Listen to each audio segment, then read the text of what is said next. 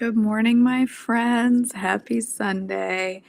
Happy July 3rd. I'm a little late getting on this morning. I slept in quite long today. I have not been feeling well the last 2 days with upset tummy. And so I took me some meds last night to make sure I slept. I took some good old Benadryl. And I slept for 11 hours. So that's good. All right, it's July 3rd, you guys. Almost Independence Day tomorrow. I hope you have something fun planned. We have a parade, Yay. I find parades rather boring, but I do have a kid that likes them, so we go. All right, July 3rd. The sayings of Agur, Proverbs 31 through 33. The sayings of Agur, son of Jacob, contain this message. I am weary, O God. I am weary and worn out, O God. I am too stupid to be human, and I lack common sense. I have not mastered human wisdom, nor do I know the Holy One. But who but God goes up to heaven and comes back down? Who holds the wind in his fists? Who wraps the oceans in his cloak? Who has created the whole wide world? What is his name and his son's name? Tell me if you know. Every word of God proves true. He is a shield to all who come to him for protection. Do not add to his words, or he may rebuke you and expose you as a liar. O God, I beg two favors from you. Let me have them before I die. First, help me never to tell a lie. Second, give me neither poverty nor riches. Give me just enough to satisfy my needs. For if I grow rich, I may deny you and say, Who is the Lord? And if I am too poor, I may steal and thus insult God's holy name. Never slander a worker to the employer, or the person will curse you and you will pay for it. Some people curse their father and do not thank their mother. They are pure in their own eyes, but they are filthy and unwashed. They look proudly around, casting disdainful glances. They have teeth like swords and fangs like knives. They devour the poor from the earth and needy from among humanity.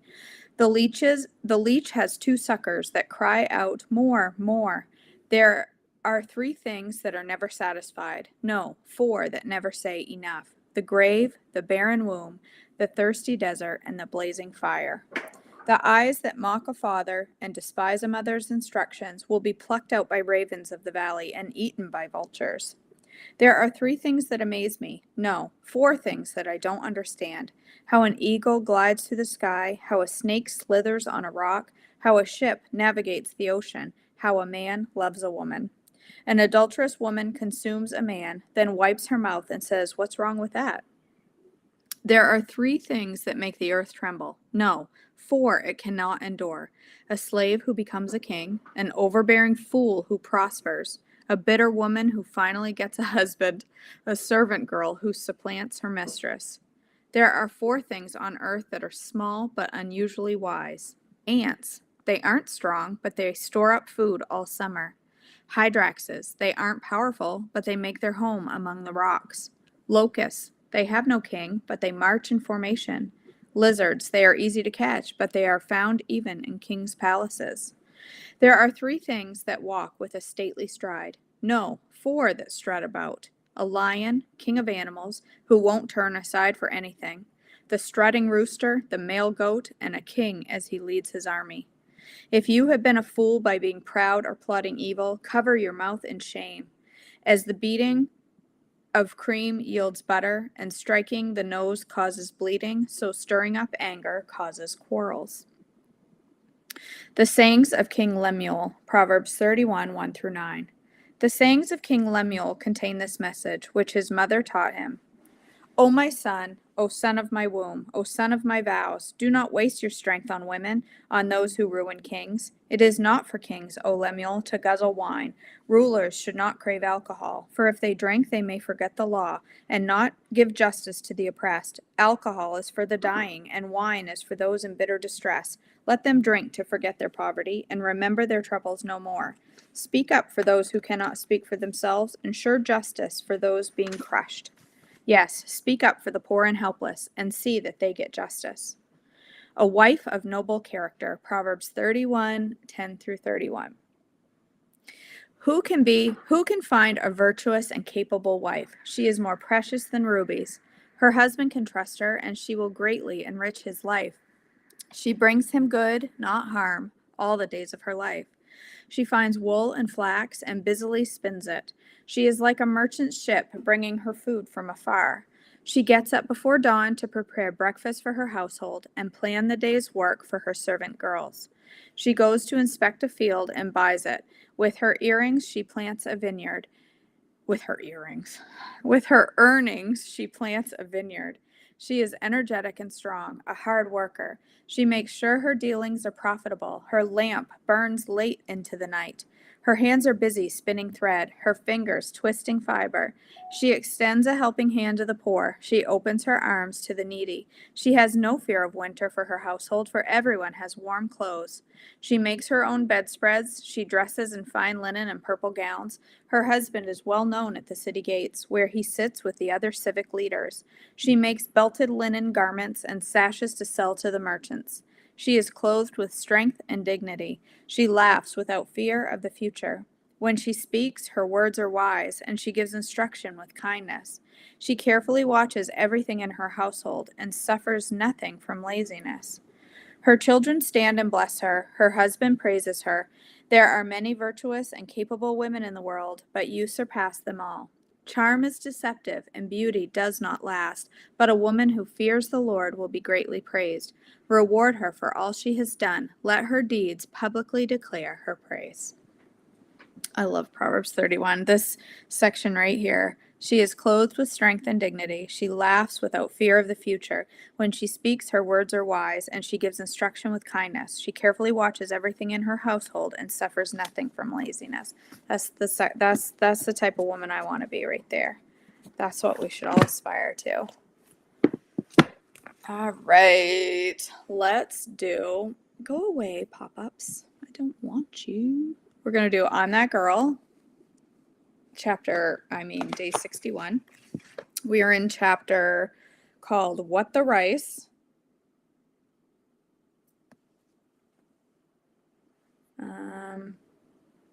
Where am I? Okay, I guess I'm right here. On the section, we're on page 193 on the section titled Drop and Give Me 3. I couldn't give you one right now with my shoulder. Heck, even if my shoulder was in good shape, I'm not sure I could do one. Push-ups are not my jam. So hopefully she's talking about giving us 3 other things and not push-ups, because I'm out. It is all well and good to encourage gratitude, but how when it is not yet a well-practiced habit? One method that has been a huge help for us is what we call the drop and give me 3. In the wonderful book, Mini Habits, Stephen Guise encourages a small goal rather than a large. His goal of just 1 push-up a day eventually led to a daily habit of many more. This ability to achieve small goals rather than feeling overwhelmed by large ones spurred him on to accomplish many life achievements, one little bite at a time. Anyone can do just 1 push-up a day. Well, not anyone, Pearl. We took Stephen's general advice and applied it to gratitude. Mini step by mini step. As soon as we noticed ourselves using complaining words or thinking dark, gloomy, and ungrateful thoughts, we reminded ourselves to drop and give me 3. Anyone can think of 3 things to be grateful for, even when it seems like everything is going wrong. In fact, when things are going wrong is the best time to exercise our gratitude muscle. In the same way that a soldier is trained for battle and is told to drop and do push-ups by his commander when he or she is out of line, we began to strengthen our gratitude muscles by basically dropping, in other words, instantly stopping the complaining or self-pity, and directing ourselves to be thankful for 3 things. We discovered that 3 usually leads to more. Here are just a few verses from the Word that come to mind on the importance of choosing and using our words carefully. Proverbs 31:26. They are referencing the verse we just read. This happens over and over and over as we read this, and it blows my mind every time. It's like God is working through it. Proverbs 31:26. When she speaks, her words are wise, and she gives instructions with kindness. Matthew 15:18. But the things that come out of the mouth come from the heart, and those things defile the person. Ephesians 4:29. Do not let any unwholesome talk come out of your mouths, but only what is helpful for building others up according to their needs, that it may benefit those who listen. James 3:10. And so blessing and cursing come pouring out of the same mouth. Surely, my brothers and sisters, that is not right. 1 Peter 3:10. If you want to enjoy life and see many happy days, keep your tongue from speaking evil and your lips from telling lies. Okay. Good chapter or good section. What 3 things are you thankful for? Tell me in the comments. And you can't say my family and my home and my car. You have to say other things. I mean, we're all thankful for those. I'm thankful for my house, my family, my car. But I'm thankful for Brenda the Blender.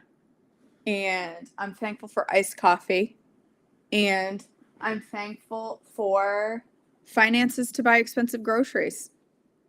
Those are 3 things that I'm thankful for today. I'm also thankful for our country. I'm thankful for the word. Yes, Cindy, I'm thankful for this book. I'm thankful for Pearl and Serene. Lord have mercy, I could go on. I'm thankful for Facebook. How many people say that?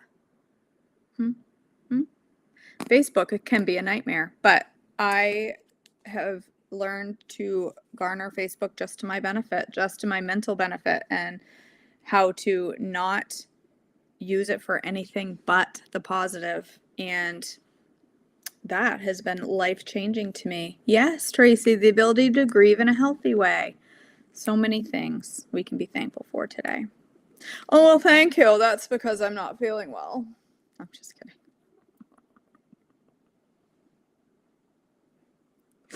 I think I'm feeling mostly better. I'm pretty sure I had an encounter with red onions on Friday night. I haven't felt well since I ordered out an on-plan cauliflower crust pizza, and I did not order onions, but it came with onions, and I ate them, and I thought they were white onions, but I think they possibly were red onions because I have been sick ever since. I have had a terrible upset stomach. I feel mostly better this morning after a long night's sleep, but I'm afraid to, I'm drinking my coffee, but I'm a little nervous about drinking anything. I gotta have breakfast, and I'm a little anxious because it has not been good. It has not been good. I'm pretty sure I may have had an encounter with red onions, which I am allergic to.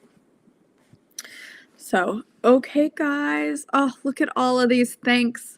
I love them. Keep sharing all of your gratitude, all of the things you're thankful for. I love these. Yes, Charlotte. Thankful for a good bathroom. That's a good one. Yes. I'm thankful that I live in a place where we use regular toilets at restaurants and